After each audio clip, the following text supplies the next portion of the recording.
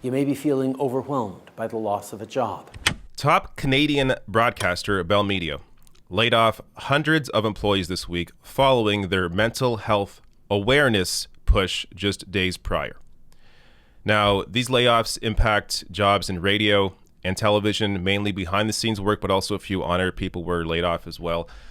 Now, before I get to the layoffs and the reactions to the layoffs, including a fantastic video of a politician really giving it to Bell, and that's before the layoffs, let me show you this mental health awareness push. So this is really the cherry on top of this entire story. You have these massive layoffs, which I'll get to in a second. I'll detail that. But this happened just days after Bell Media had their big Bell Let's Talk Mental Health Awareness Week. So it is the perfect example of how corporations will use ploys like this for marketing purposes, but then ultimately don't actually care about the mental well-being of people because they lay off their own employees in every year. There's massive layoffs when it comes to Bell. Meanwhile, the company, of course, making tons of money, executives making lots of money, but the average person getting screwed. So let me first explain to you what Bell Let's Talk is. So this is their Bell Let's Talk page. This started in 2010. It is a mental health awareness campaign every year. And Bell donates 5 cents for every call or text and any social media post with the hashtag Bell Let's Talk. But of course, many criticisms of how they use this. For the National Post here, this is an article from 2019, but it applies to this campaign generally. Saying here, in her literature review, Jasmine Vido argues the campaign is more about Bell building its brand than trying to combat the stigma surrounding mental illness. Quote, Bell is a service provider receiving a financial award in exchange for the publicity of the campaign, the University of Windsor master's student writes in her major research paper. Quote, there is a common paradox associated with corporate activism, which involves simultaneously spreading awareness for an issue while promoting a positive corporate message. This is exactly what Bell Let's Talk is. The biggest giveaway is, why is it hashtag Bell Let's Talk and not just hashtag Let's Talk? If all they really cared about and the only purpose of this was for mental health awareness, then they wouldn't put their name in the hashtag. It would be hashtag Let's Talk or hashtag something else without the Bell name. But clearly this is a marketing ploy that, yes, raises lots of money, goes to good causes, but ultimately here, when you see the impact on how they actually utilize the money that they generate, the power that they have, it's clear as day when you see massive layoffs where their interests are. Now, before I go any more into the layoffs, I want to show you just how far-reaching this Bell Let's Talk crap is. Here is Justin Trudeau.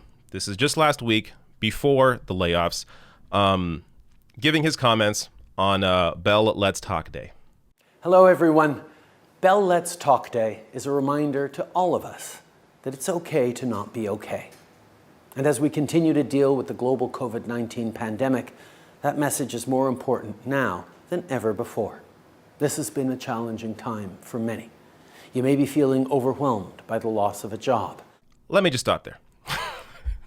For 20 seconds in, Justin Trudeau, you may be feeling overwhelmed by the loss of a job. Yeah, what happened?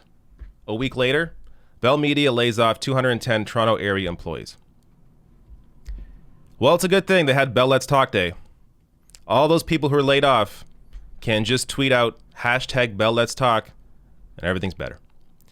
Now, these layoffs touched markets all over the country, including Windsor, Ottawa, Montreal, Peterborough. A lot of smaller markets as well were impacted by these layoffs.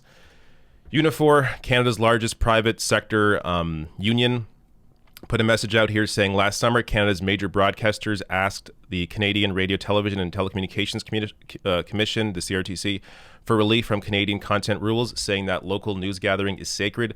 Quote, despite their commitment to save local news, they're not protecting newsrooms, Jerry Dias said, the president of Unifor. The cuts announced so far include about 100 Unifor members in Toronto, plus more outside Toronto, affecting all stations, station operators, including news gathering. Bell Media also laid off all staff in the newsroom of Montreal radio station CJAD. So this is the actual impact of Bell. And, you know, you look at this, you think, hey, this is a company really struggling, right? This is a company having a tough time. I mean, you look at all these layoffs. I'll show you more. This was posted by Steve Fagai. I believe he's a reporter. Let me just get his name, for Montreal Gazette. So he tweeted out here, for those who are asking or assuming Bell Media's cuts don't all happen at the same time every year, recent major cuts have happened June 2014, July 2014, November 2014, October 2015, November 2015, January 2017, June 2017, November 2017, May 2018, May 2019, November 2019. They have mass layoffs all the friggin' time. And just full disclosure here, I've worked for Bell twice. I was never laid off. I left the company. I hate the company, but I was laid off, or not, I was not laid off. I left the company twice, but I worked there twice. I worked in television there behind the scenes, and I worked on air in radio with Bell. And this is a massive company that just does not treat their employees well. I've always had a great experience working there. The people around me, fantastic. But when it comes to the executives at the top, what they care about, it's always clear that they care about their bottom line, how much money they are making. And perfect example of that is this. Bell blasted for taking $122 million in labor subsidy while boosting dividends. So over the summer, Bell took advantage of the wage subsidy, taking a lot of money to help them out to, you would assume, help pay wages. Well, no. Lay off a ton of people, but managed to boost dividends. Let me show you a fantastic pushback here. This is Nate Erskine-Smith. He is a Liberal MP, basically in name only. I mean, this guy is essentially, should be a member of the NDP. He is the most progressive, as far as I know, the most progressive Liberal MP there is. He's largely fantastic, has been great on this issue. Watch him here push back against Bell. And again, no, this is before the layoffs. BC has a strong financial position with $5.2 billion in available liquidity at the end of Q3, 10% internet revenue growth, 4% growth in year-to-date cash flows from operating activities, a 13.7% higher free cash flow, which obviously then translates, from my reading in the news release, to actually a 5% increase in the Q4 dividend. So instead of, accessing that available liquidity, instead of perhaps not increasing that dividend, you thought it best to access public funds? No, what we did was we were a participant in a government program that was very well designed and intended to keep Canadians working at a critical time. And we participated in that program commensurate with the impact that the pandemic was having upon our workforce.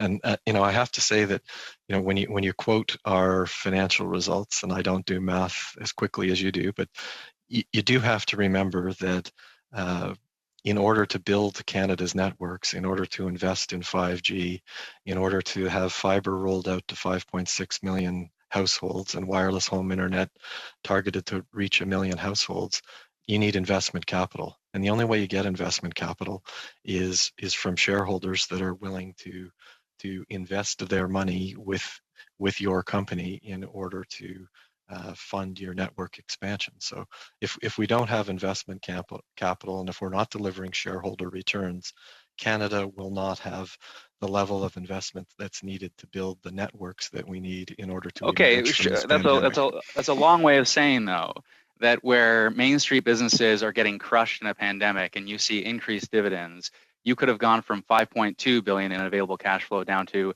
$5.05 billion in available cash flow, and you would have blinked. Whereas we have Main Street businesses getting crushed, unable to access some of the necessary supports, and here you are increasing dividends. So I take it, though, you would not have reformed the Qs so that a profitable company like yours with $5 billion in available cash wouldn't continue to receive millions of dollars in taxpayer funds. Great job there. Fantastic job from Nate Erskine-Smith pushing back on Bell. And again, this was before the layoffs.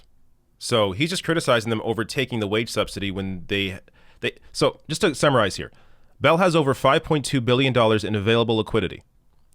They took a $122 million in wage subsidies, increased dividends to shareholders, and then laid off 200 plus employees a day after their mental health awareness push. That's who Bell is.